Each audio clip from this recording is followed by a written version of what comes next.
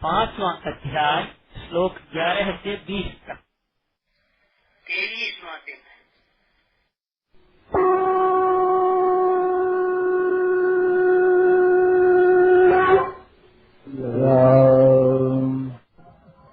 गजाननं भूतगणाधिसेवितं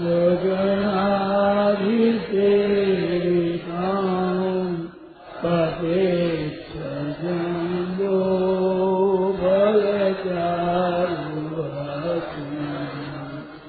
उमासुतं शोकविना सकारकं नमामि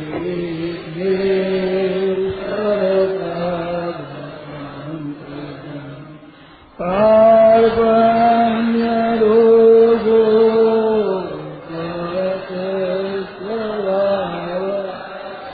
प्रेक्षामि त्वां धर्मसम्मूढचेता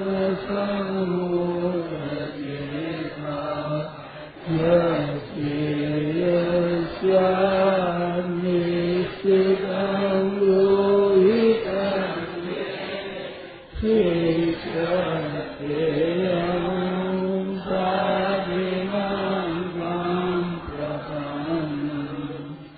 कलिं पुराणमनुशासितार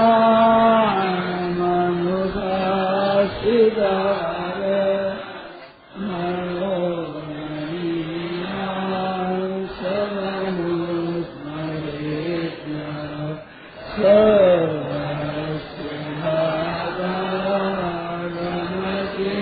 सर्वस्वभावानमचिन्त्यरूप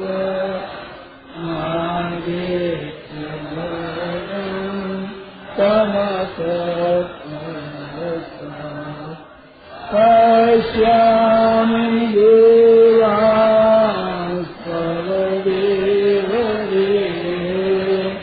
सर्वस्तभूतविषे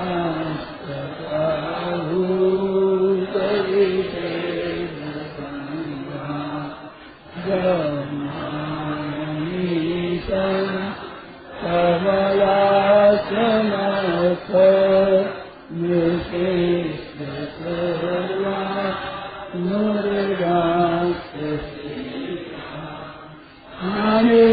अनेकबाहु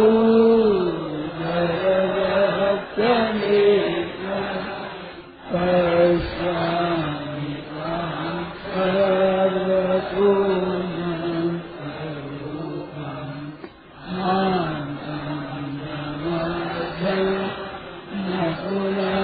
सवारे पश्यामि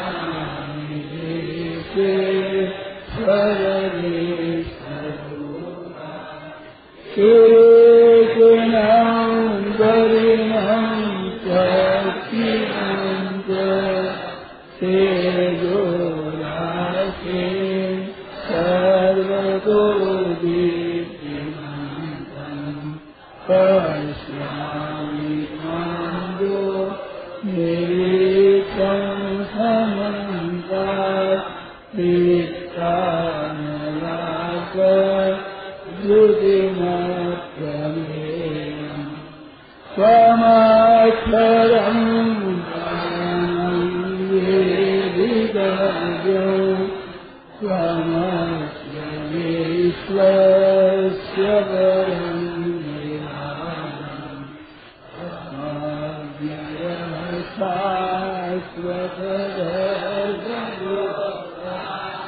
सनातनस्त्वं पुरुषो मतो अनादिमध्यान्तमनन्तवीर्य महन्तबाहु शशिसूर्यनेत्रं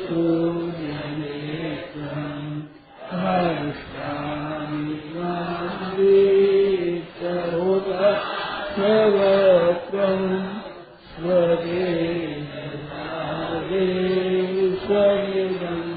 अखण्डं व्यावापृथिव्यो विदमन्तरं हि व्याप्तं स्मैते न विशस्ति सर्वा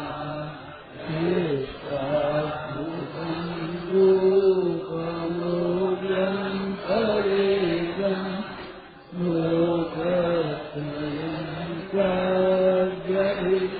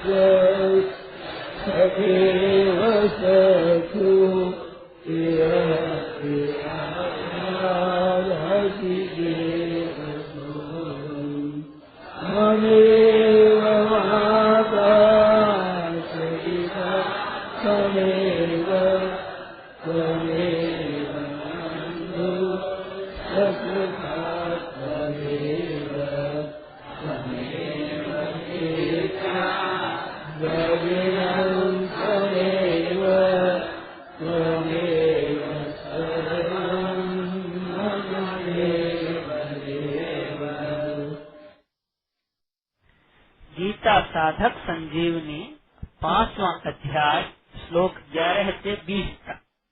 5वां अध्याय श्लोक 11 से 20 तक। वसुदेवसुतं देवं कंसचाणूरमर्दनं देवकी परमानन्दं कृष्णं वन्दे जगद्गुरुम्। कायेन मनसा बुद्ध्या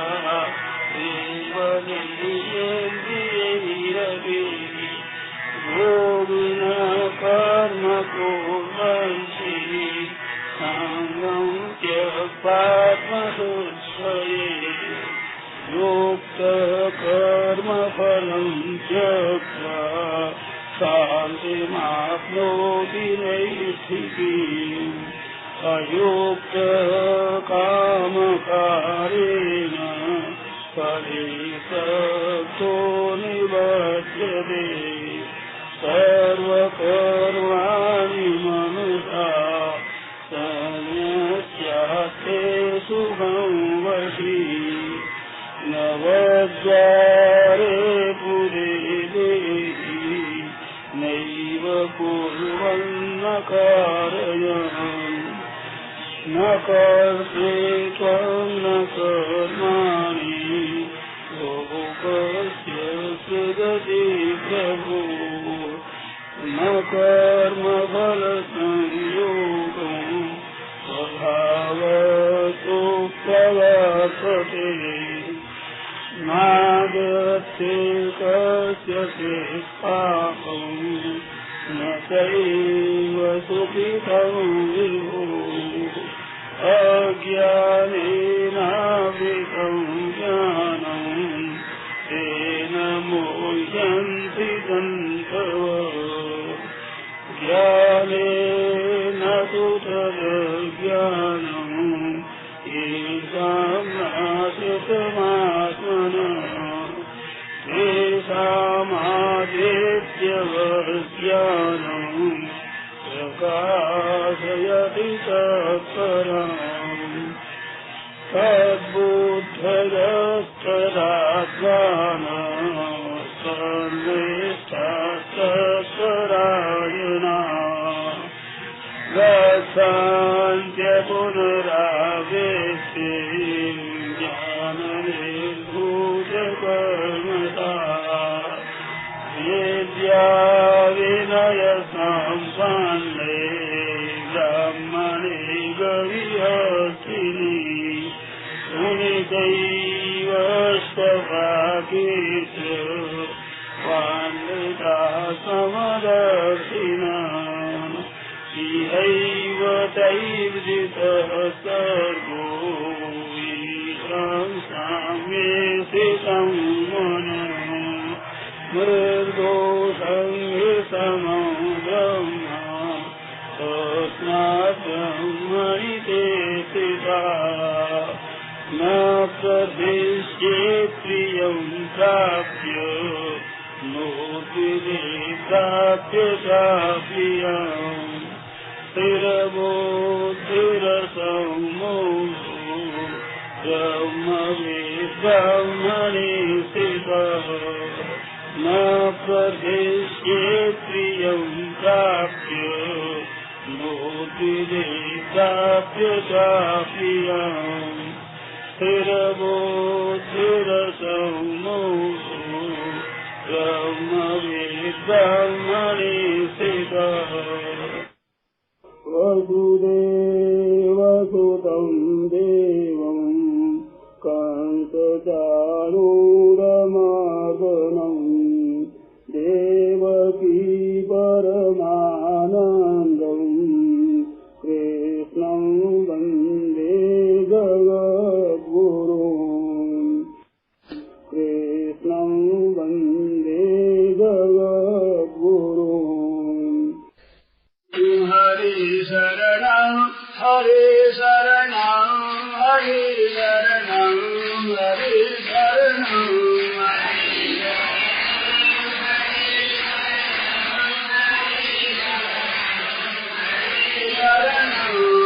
हरे शरणं हरे शरणं हरे शरणं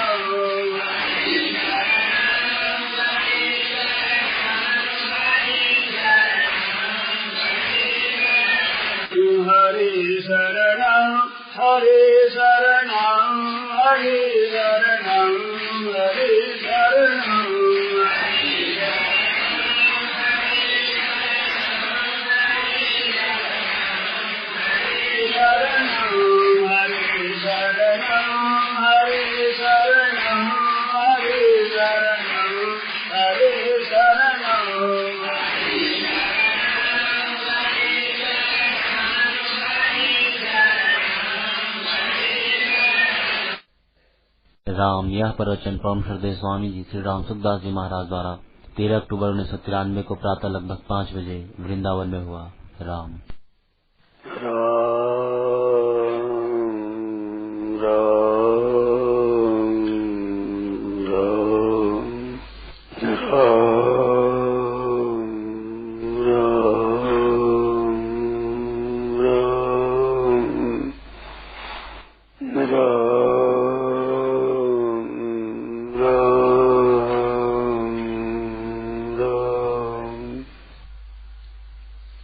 भगवान में अनंत गुण है, अनंत ऐश्वर्य है, अनंत प्रभाव है, अनंत तत्व है। वो कितने तरह तत्व है इसको कोई पता नहीं। एक तत्व इतना अपार असीम है जिसको कोई पार नहीं। सृष्टि में बहुत थोड़ी बात प्रकट हुई है, उसको भी जानने वाले बहुत कम है।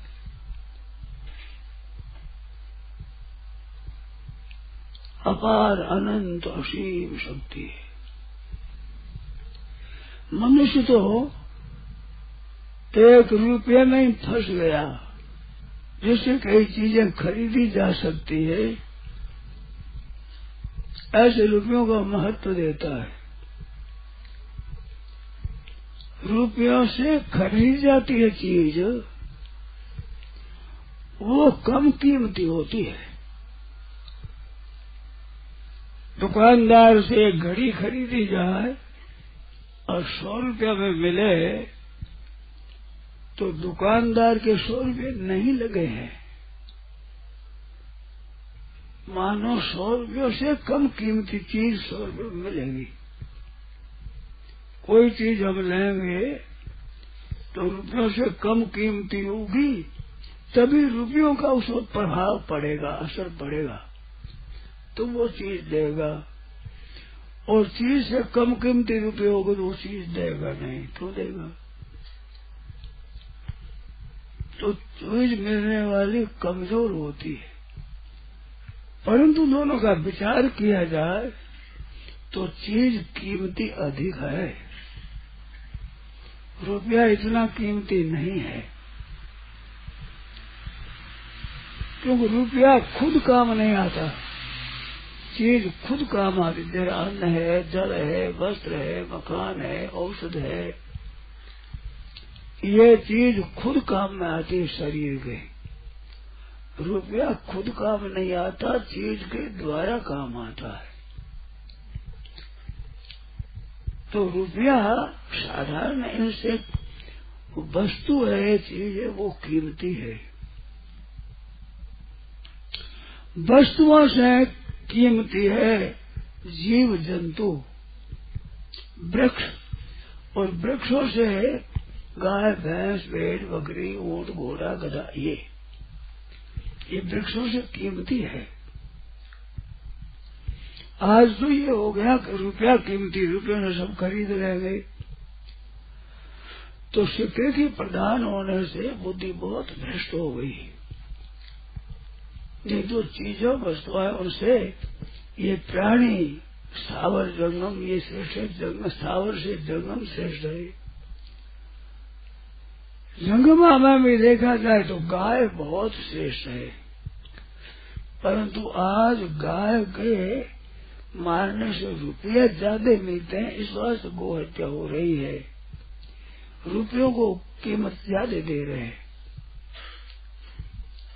रुपया स्वयं चीज वस्तुओं से रद्दी है, स्वयं काम नहीं आता, वस्तु में काम आती है।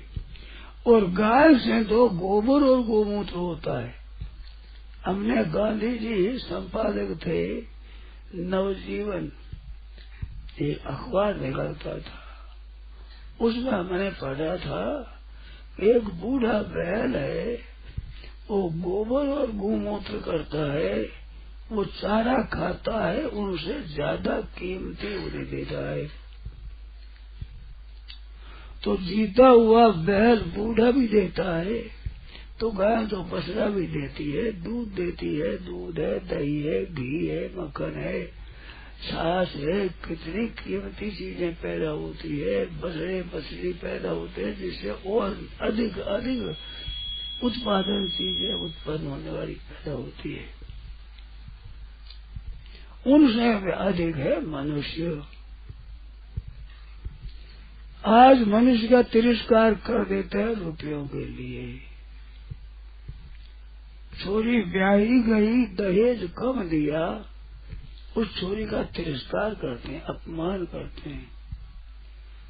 और मैंने सुना है साफ साफ के मार देते हैं कि दूसरा ब्याह होगा तो रुपये और आएंगे, इस बात से मार देते हैं छोरी को। ये बात एकदम सच्ची है, मैंने सुनी है। और तिरस्कार अपमान तो करते ही, तो बहुत जगह सुना है। तो बुद्धि कितनी भ्रष्ट हो गई।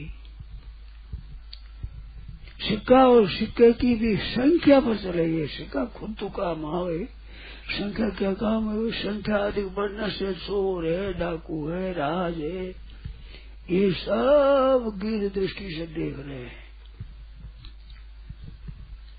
पर संख्या का अभिमान हो गया, संख्या बढ़ाने। वास्तव में मनुष्य बहुत कीमती है, क्यों? मनुष्य सब उपार्जन करता है, उपयोग करता है, सबकी व्यवस्था करता है, तो वो बहुत उपयोगी है। और मनुष्यों में श्रेष्ठ है विवेक। सत असत, नित्य अनित्य, सार असार, कर्तव्य अकर्तव्य, भला बंदा मूढ़ दिशा, ऐसे सबका उपयोग करता है, सबको यथा योग करता है। ऐसे मनुष्य में विवेक बड़ा है। विवेक से बड़ा है सत्य तत्व, उस तत्व से बड़ा परमात्मा है। परमात्मा से आगे कोई बड़ा नहीं है, वो बड़े की आखिरी हद है। इस वास्ते त्वमेव माता पिता त्वमेव वस्तु सखा त्वमेव विद्या द्रविणं त्वमेव सर्वं मम देव देव, वो सब कुछ है। परमात्मा तत्व की प्राप्ति होने पर ये सब चीजें फीकी हो जाती है। जो आदर है, मान है, सत्कार है, जीना है, योग्यता है, विलक्षणता है, विद्या है, कला है, कौशल है, तरह तरह के हुनर है, तरह तरह की लिपियां है, तरह तरह की भाषाएं हैं, बहुत विचित्र विचित्र चीजें है। वे सब के सब सीख ले तो भी वो सर्वज्ञ नहीं होता। और भगवान के लिए भगवान कहते यो मामयो सम्मूढ़ो जानाति पुरुषोत्तम स सर्ववित्। जो असम्मूढ़ मनुष्य ज्ञानी मेरे को पुरुषोत्तम जान लेता है वो सर्ववित् है, सब जान लिया उसने। एक परमात्मा के जानने से सब जान लिया। फिर वो सर्वभावेन माम भजति, ये फल बताया है कि सर्वोपरि मेरे को जानता है, वो मेरे भजन में ही लग जाता है। आखिरी वो है, उससे बढ़कर कोई हुआ नहीं है, नहीं होगा, नहीं हो सकता ही नहीं। उस परमात्मा के भजन में लग जाए तो बहुत ही अच्छी बात है। देखो आदमी को नींद नहीं आती तो बोल ही लेते हैं। नींद में क्या विलक्षणता है? संसार से संबंध छूटता है, भूलता है संसार को। जागे तो स्वप्न में संसार को नहीं भूलता, गाढ़ नींद में संसार को भूलता है। संसार के भूलने पर उसे शरीर में ताजगी आती है, स्वास्थ्य बढ़ता है, इंद्रियों में, मन में, बुद्धि में विलक्षण शक्ति आती है, शांति मिलती है, निरोगता होती है। वस्तुओं के संयोग से कृष होता है, शरीर अस्वस्थ होता है, मन की, बुद्धि की, इंद्रियों की, शरीर की शक्ति क्षीण होती है। और जब भूलने से ही ताजगी आ जाती है तो इनका हृदय से त्याग हो जाए तो जो नाशवान वस्तु है, उत्पत्ति विनाशील वस्तु है, इससे ऊंचे उठ जाए, परमात्मा तत्व को जान ले, परमात्मा का प्रेम हो जाए, उसका बोध हो जाए तो ये सब चीजें रद्दी हो जाती है।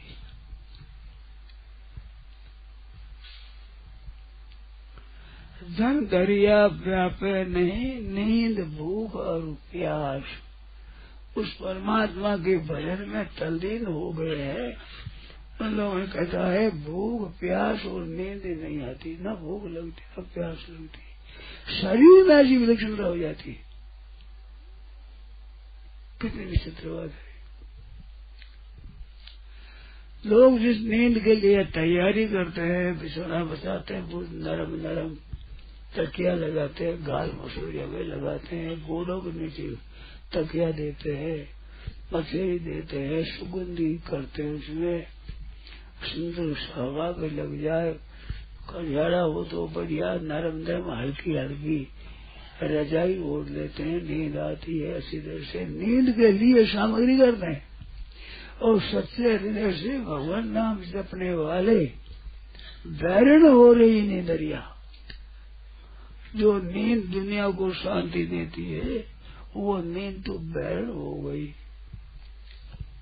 मैंने ऐसे संत देखे हैं, वो मिले हैं, वो कहते थे हम भजन करते, राम राम राम राम राम राम करते, पर नींद ज्यादा आती तो एक पत्थर यहाँ दे देते कमर नीचे और सो जाते, लट जाते दोनों तरफ।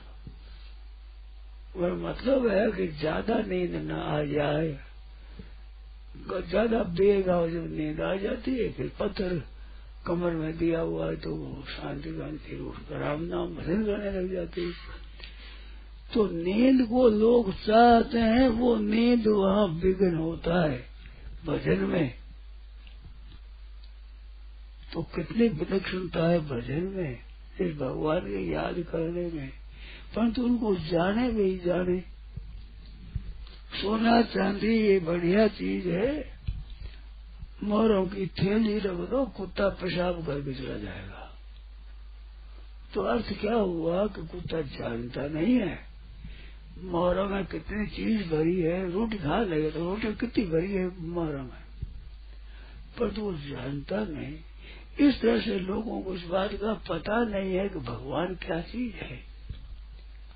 उसमें तल्लीन होने वाले इंद्रासन का राज्य भी कुछ नहीं, ऐसा मानते। बड़ा राजा, त्रिलोकी का अधिपति, वो राज्य कुछ नहीं। एक समय है इंद्र घूमता हुआ मृत्युलोक में चला गया, वहां दध्यम ऋषि बैठे थे, दधीची, जिसके वंश में दाधीच ब्राह्मण है, वो दधीची ऋषि मस्ती में बैठे थे।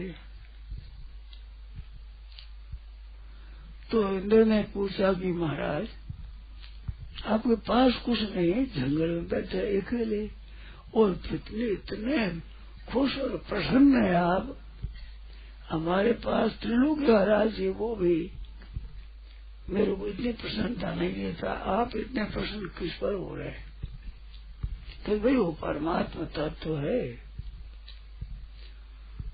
उसमें हम मस्त रहते हैं कि महाराज वो हमारे को बताओ, दे दो। कर तू उसका अधिकारी नहीं है। गधा जिस राख में लौट करके रस लेता है, वो तुम सुंदर सैया पर वो रस ले रहे हो, और इंद्राणी के साथ रस लेते हो, वो कुत्ता एक कुतिया के साथ रस लेता, वो तुम्हारा रस है। तुम बढ़िया बढ़िया अमृत भोजन करते हो, जो रस आता है वो सुअर को एक मेले में आता है, तो सुअर कुत्ता और गधे के सुख से तुम्हारा सुख कोई बढ़िया नहीं, उतना ही सुख है। इंद्र को गुस्सा आ गया कि मेरी निंदा करते हो,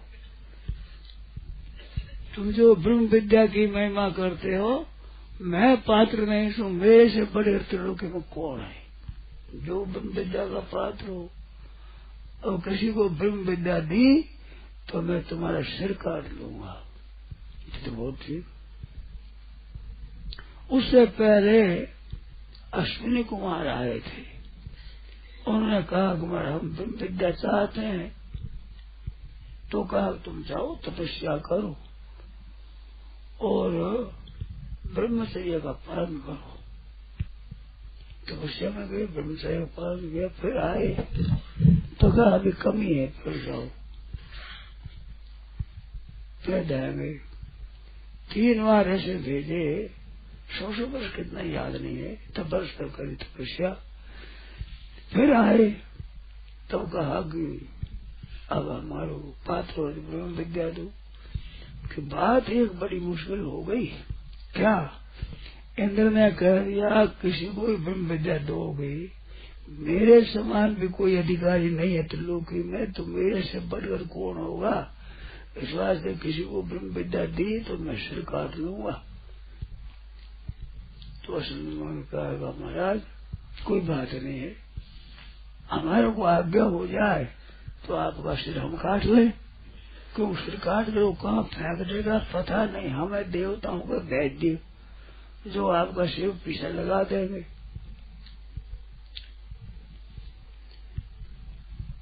दर्शी ने कहा तुम और देर कहीं जाकर विद्या ले लो।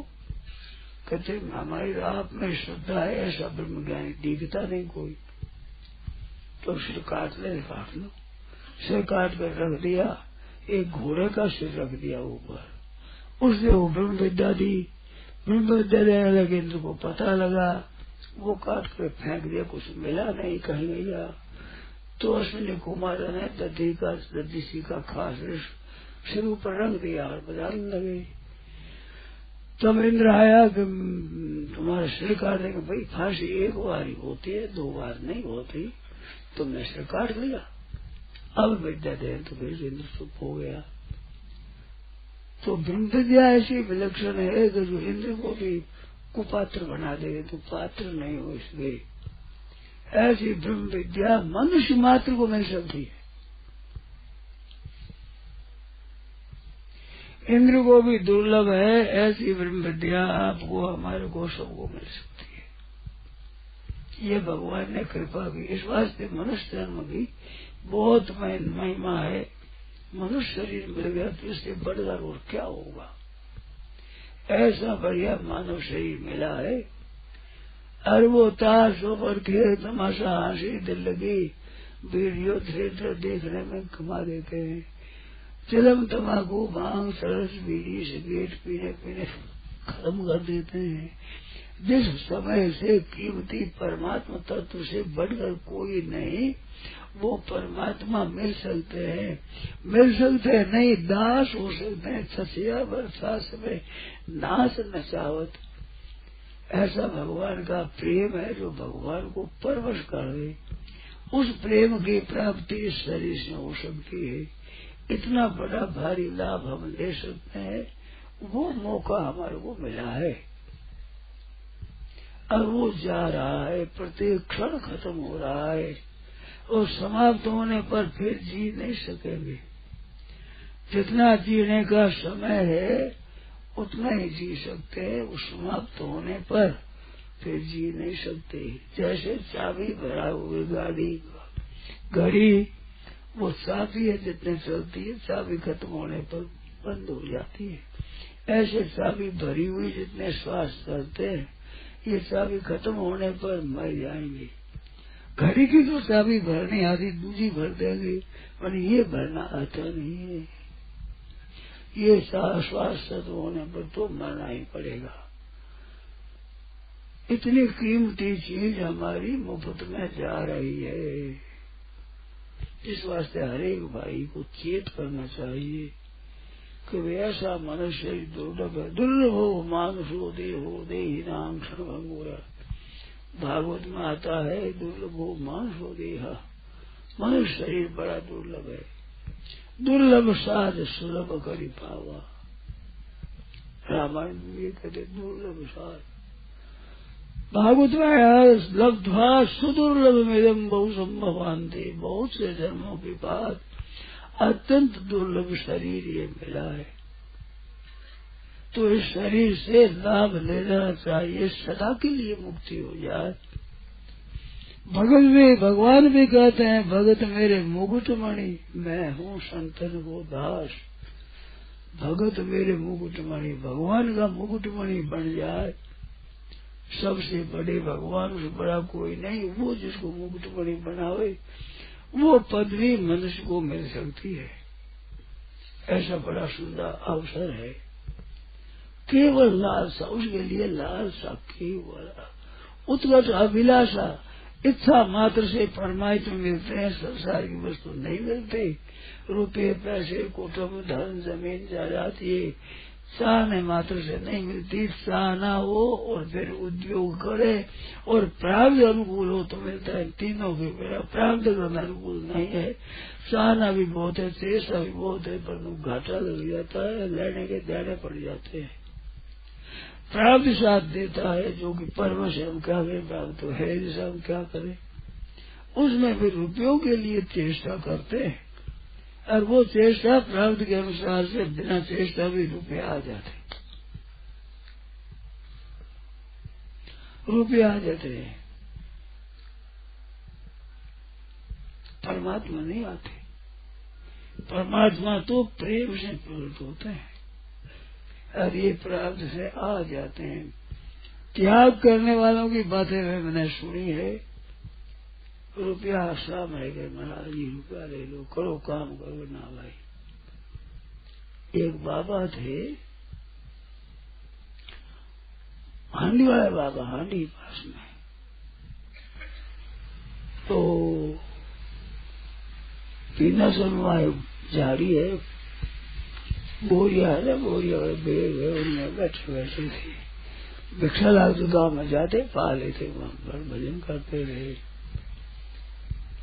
उनसे कहा किसी ने कि महाराज रुपये बढ़े, तो प्रसंग चला तो उसमें कहा कि देखो, कहा कि साधु से कहा कि महाराज आप हमारे रुपये ले लो, किसी अच्छे काम में लगा दो, लगा देना, ले लो, हमारी जरूरत नहीं लगना और कहीं लगा देना। तब बाबा बोले तेरे बाप का नौकर हूँ जो तेरा रुपया लगा दूं। तो बोले कि ये साधु कहते मैं क्यों लगा दूं, तू लगा, अच्छा काम है तेरा। एक बाबा धूनी वाले बैठे थे, आग जग रहा है। तो एक आया कि महाराज आग दे दो मैं थोड़ी सी। तो चिमटे से उड़ाकर उसको आग दे दिया। तो चिमटे को क्या मिला, काला मुंह हुआ और तपा, इसका क्या मिला? तेरे से लेकर के आग दूसरे को दूं तो वो तू जले, वो जलेगा, और मेरे को तो सिमटे से काला मुंह होगा, तपत होगी भाया। ऐसा काम मैं करूंगा। जिन लोग बहुत धर्म बढ़ते हैं वो तो संत कहते काला मुंडा होगा, लोगों से लेकर दुन दान करते, पुण्य करते हैं। धर्मार्थम यस्य वित्तया वरं तस्य निरीयता। धर्म के लिए भी धन का संग्रह करे, उससे धन का संग्रह न करना अच्छा है। प्रक्षालनाथ दीपंकर से दूरादश प्रश्नम्बरम। नाली में काटा है वो लगा लो, फिर अपने घर में कल चलती है उसे धो लो। अरे धोना है तो फिर लगावे क्यों? पैसा लेकर के दान में पर लगा दे तो भाई लगावे क्यों? कादा पे धोना पड़े पीछे, और जितना कादा लगेगा उतने पानी से कादा डूबेगा नहीं, 2, 4, 5, 10 गुना पानी लगाओ तब डूबेगा। फिर भी उसमें भीतर में कादेगा कस बैठ जाएगा, मैल उतरेगा नहीं। तो इस वास्ते भाई धर्म के लिए भी धन की इच्छा करना है बहुत बड़ी मूर्खता है। तो कीमती कितने परमात्मा को हम प्राप्त कर सकते हैं, इतने ऊंचे जा सकते हैं।